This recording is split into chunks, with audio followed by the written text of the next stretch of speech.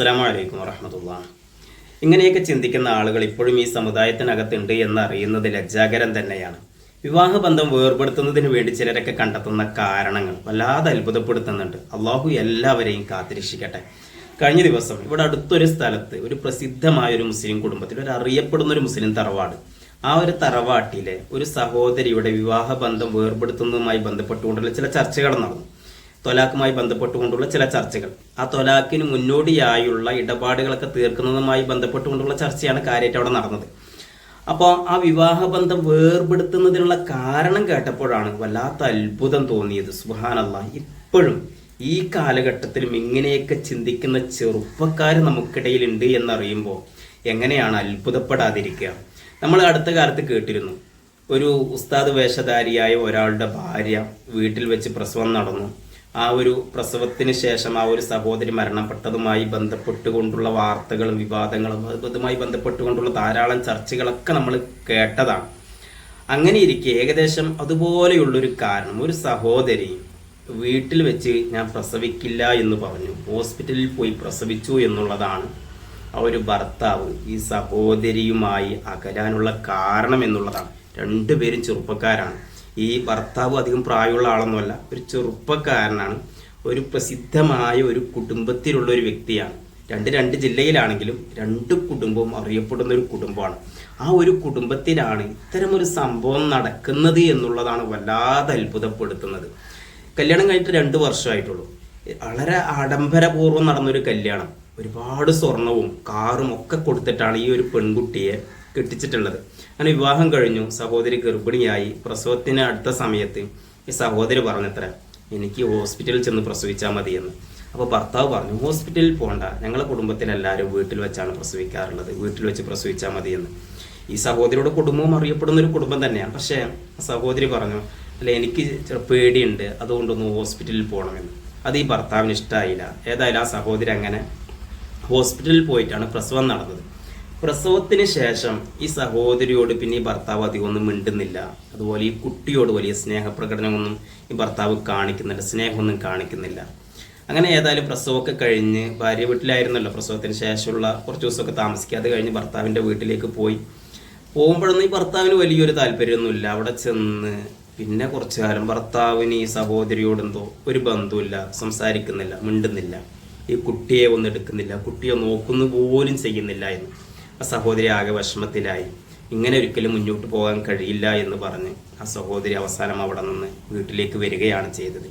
അപ്പോൾ അതിനുള്ള കാരണം അന്വേഷിച്ചപ്പോൾ ഭർത്താവ് പറയുന്നത്, എനിക്ക് അവളുമായി അവളുടെ ഔറത്തൊക്കെ മറ്റുള്ളവരെ കണ്ടില്ലേ, അങ്ങനെയുള്ള രീതിയിലൊക്കെയാണ് അത്ര ആ ഭർത്താവ് സംസാരിക്കുന്നത്. ഞങ്ങളുടെ കുടുംബത്തിൽ ഏതായാലും ഇത്രയും കാലം പുറത്തു പോയിട്ട് പ്രസവിക്കേണ്ടി വന്നിട്ടില്ല, വീട്ടിൽ വെച്ച് പ്രസവിച്ചാൽ ഒന്നും സംഭവിക്കില്ല, അത് ഉറപ്പാണ്. എന്നിട്ടും എന്തിനാണ് അവള് ഹോസ്പിറ്റലിൽ പോകണമെന്ന് വാശി പിടിച്ചത്, ഹോസ്പിറ്റലിൽ പോയി പ്രസവിച്ചത് എന്നൊക്കെ പറഞ്ഞിട്ടുള്ള ചില പ്രശ്നങ്ങൾ.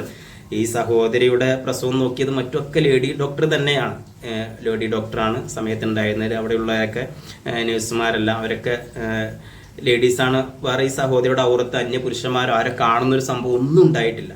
പക്ഷെ എന്നിട്ട് പോലും ഈ ഭർത്താവിന് അതങ്ങോട്ട് ഉൾക്കൊള്ളാൻ വേണ്ടി കഴിഞ്ഞില്ലത്ര. അപ്പം അതിൻ്റെ പേരിൽ ഈ സഹോദരിയുമായി ഇങ്ങനെ അകന്ന് തുടങ്ങുന്നു, സഹോദരിയോട് സംസാരിക്കുന്നില്ല. അങ്ങനെ 1 വർഷം ആ സഹോദരി ആ വീട്ടിൽ എല്ലാം സഹിച്ചു നിന്നു. തൻ്റെ ഭർത്താവ് മിണ്ടുന്നില്ല, കുട്ടിയെ നോക്കുന്നില്ല. അങ്ങനെയൊക്കെ ആയിട്ട് 1 വർഷമൊക്കെ അവിടെ നിന്നു. പക്ഷെ ഈ ഒരു അവസ്ഥ ഇങ്ങനെ തുടർന്ന് പോവുകയാണെങ്കിൽ പിന്നെ ഞാനിവിടെ നിന്നിട്ട് എന്താണ് കാര്യം എന്ന് പറയുകയും ആ സഹോദരി തൻ്റെ കുടുംബത്തെ വിവരം അറിയിക്കുകയും അങ്ങനെ കുടുംബക്കാർ ഇതുമായി ബന്ധപ്പെട്ടുകൊണ്ട് ചർച്ചയൊക്കെ നടത്തുകയും ചർച്ച നടത്തിയപ്പോഴാണ് അവനും പറയുന്നത്, ഈ ഭർത്താവ് എന്ന് പറയുന്ന ആ ഒരു വ്യക്തിയും പറയുന്നത്, എനിക്ക് ഇങ്ങനെയാണെങ്കിൽ എനിക്ക് അവളോട് താല്പര്യമില്ല, കാരണം അവൾ ഞാൻ പറഞ്ഞത് കേട്ടില്ല, അവളോട് ഞാൻ പറഞ്ഞതാണ് ഹോസ്പിറ്റലിൽ പോകണ്ട എന്ന്, ഹോസ്പിറ്റലിൽ പോയില്ല വെച്ച് ഒന്നും സംഭവിക്കില്ല എന്നൊക്കെയാണ് അദ്ദേഹം പറയുന്നത്. ഏതായാലും കേട്ടപ്പോൾ വല്ലാത്ത അത്ഭുതം തോന്നി. അതേ തുടർന്ന് ഇപ്പോൾ ഏതായാലും ആ ഒരു വിവാഹം തലാഖിൻ്റെ വക്കീലാണ്, വേർപെടുത്താൻ തീരുമാനിച്ചു. ഇടപാടുകളൊക്കെ പറഞ്ഞ് അങ്ങോട്ടും ഇങ്ങോട്ടും കൊടുക്കാനും മറ്റുമൊക്കെ ഉള്ളത് അങ്ങോട്ടും ഇങ്ങോട്ടൊക്കെ പറഞ്ഞ് ഉറപ്പിച്ചു എന്നൊക്കെയാണ് കഴിഞ്ഞ ദിവസം മനസ്സിലാക്കാൻ വേണ്ടി കഴിഞ്ഞത്. എൻ്റെ ഒരു സുഹൃത്തിൻ്റെ കുടുംബത്തിലാണ് ഈ ഒരു സംഭവം നടന്നത്. കേട്ടപ്പോൾ വല്ലാത്ത വേദന തോന്നി. ഇങ്ങനെയൊക്കെ ചിന്തിക്കുന്ന ആളുകൾ ഇപ്പോഴും നമുക്കിടയിലുണ്ടല്ലോ. നമ്മൾക്ക് ഏത് കാലഘട്ടത്തിലാണ് ജീവിക്കുന്നത്? ഇസ്ലാം ഈ വീട്ടിൽ തന്നെ പ്രസവിക്കണമെന്ന് പറയുന്നുണ്ട്, എവിടെയെങ്കിലും പറഞ്ഞിട്ടുണ്ടോ വീട്ടിൽ വെച്ചുകൊണ്ട് മാത്രമേ പ്രസവിക്കാവൂ എന്ന്? അങ്ങനെ ഇല്ലല്ലോ. മറിച്ച് ഡോക്ടറെ കാണേണ്ട സാഹചര്യത്തിൽ ഡോക്ടറെ കാണൽ ഇസ്ലാമിൽ നിർബന്ധമുള്ള കാര്യമല്ലേ. പിന്നെ ഇസ്ലാം പറയുന്നത് എപ്പോഴാണ് എന്താണ് സ്ത്രീകൾ സ്ത്രീ ഡോക്ടർമാരെ കാണിക്കണം, ലേഡി ഡോക്ടർമാരെ കാണിക്കണം, ലേഡി ഡോക്ടേഴ്സ് ഇല്ലെങ്കിൽ പുരുഷന്മാരായ ഡോക്ടർമാരെ കാണിക്കാൻ പാടുള്ളൂ എന്ന് മാത്രമേ ഇസ്ലാം പറയുന്നുള്ളൂ. അല്ലാതെ ഡോക്ടറെ കാണിക്കണ്ട എന്ന് ഇസ്ലാം ഒരിക്കലും പറയുന്നില്ല. രോഗം ബാധിച്ചാൽ ചികിത്സിക്കണം, അല്ലെങ്കിൽ ഡോക്ടറെ കാണേണ്ടുന്ന കാര്യങ്ങളിലെല്ലാം ഡോക്ടറെ കാണണമെന്ന് നിർബന്ധം പറയുന്ന മതമല്ലേ ഇസ്ലാം എന്ന് പറയുന്നത്. എന്നിട്ടും ഇങ്ങനെയൊക്കെ ചിന്തിക്കുന്നത്, ഇതും ഞാൻ അറിഞ്ഞത് മനസ്സിലാക്കിയിടത്തോളം ഈ ഒരു ഭർത്താവ് അല്പമൊക്കെ വിവരമുള്ള ഒരു വ്യക്തിയാണ്, ഒരു മുസ്ലിം പണ്ഡിതനായി സേവനം ചെയ്യുന്ന ഒരു വ്യക്തിയാണ് എന്നാണ്. എന്നിട്ടും അയാൾ അങ്ങനെയൊക്കെ ചിന്തിക്കുന്നു എന്ന് പറയുന്നത് കേട്ടപ്പോഴാണ് വല്ലാത്ത അത്ഭുതം തോന്നി. നമ്മളൊക്കെ ഏത് കാലഘട്ടത്തിലാണ് ജീവിക്കുന്നത്? പഴയ കാലത്തൊക്കെ വീട്ടിൽ വെച്ചായിരുന്നു പ്രസവമൊക്കെ ഉണ്ടായിരുന്നു, അതൊക്കെ ശരിയാണ്. പഴയ കാലത്തൊക്കെ അങ്ങനെയായിരുന്നു. ഇപ്പോഴും അങ്ങനെ പ്രസവിക്കുന്നവരുണ്ടായേക്കാം, അത് ഓരോരുത്തരുടെ ഇഷ്ടമാണ്. പക്ഷേ ഒരു സഹോദരി ഭാര്യ പറയണം എനിക്ക് ഹോസ്പിറ്റലിൽ പോയാൽ മതി, എനിക്ക് പേടിയുണ്ട് എന്ന് പറഞ്ഞാൽ അത് നമ്മൾ അനുവദിച്ചു കൊടുക്കുകയല്ല വേണ്ടത്. ഈ ലേഡി ഡോക്ടർ മാത്രം ആയിട്ടുള്ള എത്രയോ ഹോസ്പിറ്റലുകളില്ലേ, അല്ലെങ്കിൽ പ്രസവത്തിൻ്റെ കാര്യങ്ങൾ സ്ത്രീകൾ മാത്രം കൈകാര്യം ചെയ്യുന്ന എത്രയോ ഹോസ്പിറ്റലുകളില്ലേ, അവിടെയൊക്കെ ചെന്ന് കാണിച്ചാൽ പോരെ. നമ്മൾ എന്തിനാണ് അങ്ങനെ ചെയ്യാൻ പാടില്ല എന്നൊക്കെ പറയുന്നത്? എന്താണ് അങ്ങനെ എന്തെങ്കിലും സുന്നത്തുണ്ടോ, അല്ലെങ്കിൽ അങ്ങനെ എന്തെങ്കിലും കൂലി കിട്ടുന്ന ഒരു കാര്യമാണോ ഡോക്ടറെ കാണിക്കാതിരിക്കുക എന്ന് പറയും? മറിച്ച് തെറ്റല്ലേ.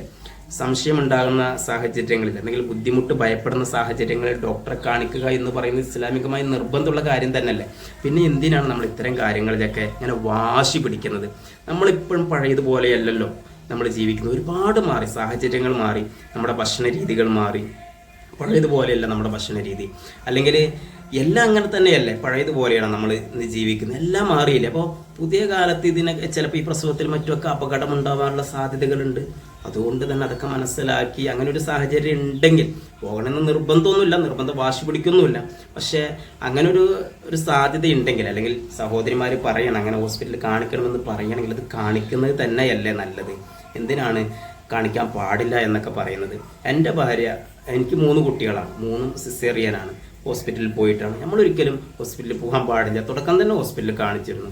നമുക്കറിയാം ഡോക്ടർ കാര്യമൊക്കെ പറഞ്ഞു തന്നിരുന്നു, ഇന്ന പോലെയൊക്കെ ബുദ്ധിമുട്ടുണ്ട്, വിഷമമുണ്ട്, സിസേറിയൻ ചെയ്യണം, ചെയ്യുകയല്ലാതെ വേറെ നിർവാഹമില്ല. നമ്മൾ ഹോസ്പിറ്റലിൽ പോകാതിരുന്നിരുന്നെങ്കിൽ എന്തായിരിക്കും അവസ്ഥ? വീട്ടിൽ വെച്ച് ചിലപ്പോൾ വലിയ ബുദ്ധിമുട്ടും അപകടമൊക്കെ സംഭവിക്കില്ലേ? അപ്പം നമ്മളത് മനസ്സിലാക്കേണ്ട. ഈ പുതിയ കാലഘട്ടത്തിൽ എല്ലാം മാറി, മനുഷ്യൻ്റെ ഭക്ഷണക്രമവും മറ്റൊക്കെ മാറിയിട്ടുള്ളൊരു സാഹചര്യമാണ്. ഒരുപാട് ആരോഗ്യ പ്രശ്നങ്ങളുള്ളൊരു കാലഘട്ടമാണ്. പഴയതുപോലെയല്ല. പഴയ കാലത്തൊക്കെ സ്ത്രീകളൊക്കെ നന്നായി അധ്വാനിക്കുന്നവരും മറ്റുമൊക്കെ ആയിരുന്നു. അതുകൊണ്ട് കുറേയൊക്കെ പ്രസവമൊക്കെ എളുപ്പമായിരുന്നു. പിന്നെ പണ്ട് അതിനുള്ള സാഹചര്യം ഇല്ലല്ലോ, ഹോസ്പിറ്റലിൽ കൊണ്ടുപോകാൻ മറ്റുള്ള സാഹചര്യങ്ങളില്ല. പിന്നെ പണ്ടൊക്കെ പ്രസവിച്ചിരുന്നു. അതുപോലെ പ്രസവത്തിൽ ധാരാളം അപകടങ്ങളും മറ്റുമൊക്കെ പണ്ട് ഉണ്ടായിട്ടുണ്ട്. അന്ന് ഇന്നത്തെ പോലെ സോഷ്യൽ മീഡിയയോ മറ്റൊന്നും ഇല്ലാത്തത് കൊണ്ട് ഇതൊന്നും ആരും അധികം അറിയുന്നില്ല എന്നുള്ളതാണ് യാഥാർത്ഥ്യം. അല്ലാതെ പണ്ട് പ്രസവത്തിന് മരിച്ച സംഭവങ്ങളെക്കുറിച്ചൊക്കെ നമ്മൾ പലപ്പോഴും കേട്ടിട്ടില്ല. പ്രസവത്തെ തുടർന്ന് കുട്ടി മരിച്ചതും, അല്ലെങ്കിൽ പ്രസവത്തെ തുടർന്ന് മാതാവ് മരിച്ചതുമായ വാർത്തകളൊക്കെ പണ്ട് സംഭവിച്ചിട്ടുണ്ട്. അപ്പോൾ പണ്ടങ്ങനെ സംഭവിച്ചിട്ടില്ല എന്നല്ല, പണ്ട് നമ്മളെ അമ്മ ഹോസ്പിറ്റലിൽ പോയില്ല എന്ന് കരുതിയിട്ട് ഇന്നത്തെ കാലത്ത് ഹോസ്പിറ്റലിൽ പോവാതിരിക്കുന്നത് അത് വലിയൊരു കാര്യമായിട്ടൊന്നും ഒരിക്കലും ആരും കരുതരുത്. പക്ഷെ അതിൻ്റെ പേരിൽ ഒരു വിവാഹബന്ധ മോചനം നടക്കുന്നു എന്ന് കേട്ടപ്പോഴാണ് പടച്ചോനെ, അതും ഒരു അറിയപ്പെടുന്ന 2 കുടുംബത്തിലാണ്, വളരെ പ്രസിദ്ധരായ 2 കുടുംബത്തിന്. കുടുംബമൊന്നും പറയുന്നില്ല, അതൊക്കെ അവർ എന്താ വെച്ചാൽ ചെയ്യട്ടെ. ഏതായാലും അബഗദുൽ ഹലാലി അല്ലാഹി ത്വലാഖ് എന്നാണല്ലോ. അള്ളാഹ്ക്ക് ഏറ്റവും വെറുപ്പുള്ള കാര്യമാണ് ത്വലാഖ് എന്ന് പറയും. ത്വലാഖ് അനുവദനീയമാണെങ്കിലും, നിർബന്ധ സാഹചര്യങ്ങളിൽ അനുവദനീയമാണെങ്കിലും അള്ളാഹ്ക്ക് ഏറ്റവും വെറുപ്പുള്ള കാര്യം കൂടിയാണ് എന്നുള്ളതൊക്കെ നമ്മൾ മനസ്സിലാക്കുക. കുടുംബത്തോട് എപ്പോഴും സന്തോഷത്തോടുകൂടെ സമാധാനത്തോടുകൂടെ ജീവിക്കാൻ വേണ്ടി ശ്രമിക്കുക. അതൊക്കെയല്ലേ ഏറ്റവും നല്ലത്. വെറുതെ നമുക്ക് എന്തെങ്കിലും ഇഷ്ടമില്ലാത്തത് ഭാര്യ ചെയ്തു, അല്ലെങ്കിൽ ഭർത്താവ് ഇഷ്ടമില്ലാത്തത് ചെയ്തു. ഭാര്യയും ഭർത്താവും പരസ്പരം ഇഷ്ടമില്ലാത്തൊന്നും ചെയ്യാൻ പാടില്ല. പക്ഷെ ഡോക്ടറെ കാണിക്കേണ്ട അവിടത്തൊക്കെ ഇപ്പോൾ നമ്മൾ അത്തരം വിഷയങ്ങൾ, അല്ലെങ്കിൽ പ്രസവം എന്നുള്ള വിഷയത്തിലൊക്കെ ഈ ഒരു വാശി ഒരിക്കലും പിടിക്കാൻ പാടില്ലല്ലോ. പരസ്പരം വിട്ടുവീഴ്ചയ്ക്കൊക്കെ തയ്യാറാവേണ്ടതാണ്, മസ്ലഹത്ത് നോക്കേണ്ടതാണ്. പക്ഷെ ഇത്തരമൊരു വിഷയത്തിലൊരു വിവാഹബന്ധ മോചനം നടക്കുന്നു എന്ന് കേട്ടപ്പോൾ വല്ലാത്ത അത്ഭുതം തോന്നി. അള്ളാഹു എല്ലാവരെയും കാത്തിരക്ഷിക്കട്ടെ. ഏതായാലും ഇത്തരം സംഭവങ്ങളൊന്നും ഇല്ലാതിരിക്കട്ടെ. കാരണം ഒരു പെൺകുട്ടിയെ പ്രസവിച്ചിട്ട് ഈ ഹോസ്പിറ്റലിൽ പ്രസവിച്ചു എന്നതിൻ്റെ പേരിൽ ആ കുട്ടിയോട് മിണ്ടാതിരിക്കുക, കുട്ടിയുടെ ആ ചെറിയ പിഞ്ചു പൈതലും തെറ്റ് ചെയ്തു, ആ കുഞ്ഞിനോട് ഒന്ന് ആ കുഞ്ഞോട് നോക്കുന്നത് പോലുമില്ല എന്നൊക്കെ, കുട്ടിയെ എടുക്കുന്നില്ല, പുഞ്ചിക്കുന്നില്ല, നോക്കുന്നില്ല. വല്ലാത്ത മോശം തന്നെയാണ്. അള്ളാഹു കാത്തിരക്ഷിക്കട്ടെ. ഏതായാലും അള്ളാഹ്ക്ക് അറിയാലോ എല്ലാം. നമ്മൾ വളരെയേറെ ശ്രദ്ധിക്കുക. വിവാഹബന്ധം എന്ന് പറയുന്നത് അതിങ്ങനെ തട്ടിക്കളിക്കാനുള്ള ഒന്നല്ല. അതൊരു പവിത്രമായ ബന്ധമാണ്. വളരെയേറെ നല്ല നിലക്കാണെങ്കിൽ സ്വർഗം വരെ ലഭിക്കാൻ കാരണമാകുന്നൊരു ബന്ധം. വളരെ മോശമായ രീതിയിലാണെങ്കിൽ അത് നരകത്തിലേക്ക് എത്താനും പറ്റുന്നൊരു ബന്ധമാണ്. ശ്രദ്ധിക്കുക. അള്ളാഹു നമുക്കൊക്കെ നമ്മുടെയൊക്കെ കുടുംബജീവിതത്തിൽ ഖൈറും ബറക്കത്തും നൽകട്ടെ. സന്തോഷത്തോടുകൂടെ ഉള്ള ഇണകളുമായി, ഉള്ള മക്കളുമായി, കുട്ടികളുമായി സന്തോഷത്തോടുകൂടെ മരണം വരെ ഒരു കുഴപ്പമില്ലാതെ ഈമാനോടുകൂടി ജീവിക്കാൻ അള്ളാഹു നമുക്കൊക്കെ ഭാഗ്യം നൽകട്ടെ. അസ്സലാമു അലൈക്കും വറഹ്മത്തുള്ളാഹി.